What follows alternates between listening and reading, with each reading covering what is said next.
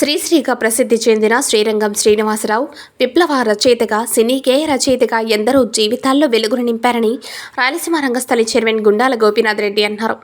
శ్రీశ్రీ వర్ధంతిని పురస్కరించుకుని రాయలసీమ రంగస్థలి చైర్మన్ గుండాల గోపీనాథ్ రెడ్డి ఆధ్వర్యంలో తిరుపతిలోని రాములవారి దక్షిణ మాడవీధిలో శ్రీశ్రీ చిత్రపటానికి పుష్పాంజలి ఘటించారు. ఈ సందర్భంగా వారు మాట్లాడుతూ, శ్రీశ్రీగా పిలువబడే శ్రీరంగం శ్రీనివాసరావు 1910 ఏప్రిల్ 30వ తేదీన విశాఖపట్నంలో జన్మించారని తెలిపారు. అరసం అనే సంఘానికి అధ్యక్షుడిగా పనిచేసి వావిలాల గోపాలకృష్ణయ్యతో కలిసి సమైక్య ఆంధ్ర ఉద్యమానికి సారథ్యం వహించారని అన్నారు. భారత కమ్యూనిస్టు పార్టీకి విశేష ప్రచారం కల్పించారని గుర్తు చేశారు. వీరి రచనలకు కేంద్ర సాహితీ అకాడమీ అవార్డుతో పాటు అనేక అవార్డులు పొందారని అన్నారు.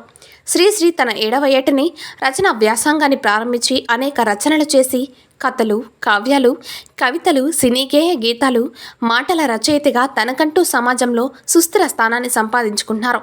శ్రీశ్రీ రాసిన అల్లూరి సీతారామరాజు చిత్రంలోని తెలుగు వీర లేవరా అనే పాటకు జాతీయ అవార్డు పొందారని అన్నారు. మహాప్రస్థానం రచనతో వేలాది మందిలో చైతన్యం తీసుకుని వచ్చారని కొనియాడారు. ఈ కార్యక్రమంలో రాయలసీమ రంగస్థలి అధ్యక్షులు గుండాల గోపీనాథ్ రెడ్డి, తిరుపతి అర్బన్ బ్రాహ్మణ సేవా సంఘం కార్యదర్శి సిఆర్కే శేషగిరిరావు, సాంబోలు హరినాథ్, టీటీడీ బ్రాహ్మణ నాయకులు Ravi, TDP legal cell Dinakar, Subrahmanyam Reddy తదితరులు పాల్గొన్నారు. సినిమా పాటల రచయితగా, కథా రచయితగా ఎన్నో కథలు రాసి, గేయాలు రాసి సమాజాన్ని ప్రభావితం చేసినటువంటి వ్యక్తి. విశాఖపట్నంలో జన్మించి తన 7వ ఏటనే రచనా వ్యాసంగాన్ని ప్రారంభించి కమ్యూనిస్టు యోధుడుగా కమ్యూనిస్టు ప్రచారం కోసం రాష్ట్ర వ్యాప్తంగా పర్యటించి ఆనాడు ప్రత్యేక ఆంధ్ర ఉద్యమం వచ్చినప్పుడు ఉమ్మడి ఆంధ్రప్రదేశ్ కోసం వావిలాల గోపాలకృష్ణయ్య గారితో రాష్ట్రమంతా పర్యటించి ఉమ్మడి ఆంధ్రప్రదేశ్ ఉద్యమాన్ని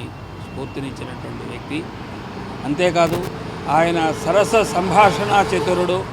మిత్రులతో ఆయన చిత్రపటానికి పుష్పాంజలి ఘటించి ఘన నివాళి అర్పించాము. శ్రీశ్రీ గారు ఆయన రచన ద్వారా ప్రజల్లో ఎంతో చైతన్యం తెచ్చారు. ఆయన జర్నలిస్ట్ కూడా పనిచేసి ఎందరికో ఆదర్శంగా నిలిచారు. తెలుగు సినీ గేయాల్లో ఆయనకు ఎంతో ప్రాచుర్యం పొందాయి ఆయన గేయాలు. అలాంటి మంచి వ్యక్తి వర్ధంతిని ఈరోజు జరుపుకొని ఆయనకు నివాళులు అర్పించాం. ఈరోజు తరానికి చెప్పాలంటే, నేను సైతం ప్రపంచానికి సమిధనొక్కటి ఆహుతిస్తాను అని ఉత్సాహపరిచిన గేయాలు, నీది ఒక బతుకేనా సందులలో పందుల వలె అని విమర్శించిన సందర్భాలు చాలా ఉన్నాయి. నేటి తరం పిల్లలు ఈ సినిమా గీతాలే కాకుండా వీరి జీవిత చరిత్రలు తెలుసుకుని నిజంగా నాటి తరం నేటి తరంలో కూడా యువకుల్లో కూడా మరి శ్రామిక జీవుల్లో ఉన్న కష్టాన్ని బయటికి రావాలనే ఉద్దేశంతో కూడా ఆయన గేయ రచనలో ఉంది. ఎందుకంటే ఎంతోమంది సౌందర్యం కలిగిన స్త్రీలు మరి కారులో షికారు పోతున్నప్పుడు ఆయన పాట మనకు గుర్తుంటుంది. ఓ అందగత్తి, నీ యొక్క బొగ్గ మీద ఎరుపు చుక్క, ఎంతోమంది కష్టజీవుల యొక్క కష్టంతో నీకు ఆ ఎరుపు చుక్క వచ్చిందనే దానిలో చాలా భావన.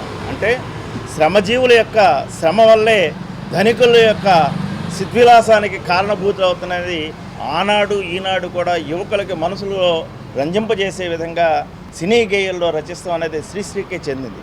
కాబట్టి శ్రీశ్రీ కవితలు అనేది నాటి తరానికి నేటి తరానికి అటు విప్లవాత్మకంగాను మరి సమాజ మార్పు కూడా కేంద్ర బిందువు అవుతుందని, చిరకాలంగా ఆయన లేకపోయినా ఆయన గేయ రచనలన్నీ కూడా స్థిరస్థాయిగా నిలిచిపోతాయని, భారతావానికి ముద్దుబిడ్డగా ఆయన ఉంటామనేది మనందరం గర్వించదగ్గ విషయం.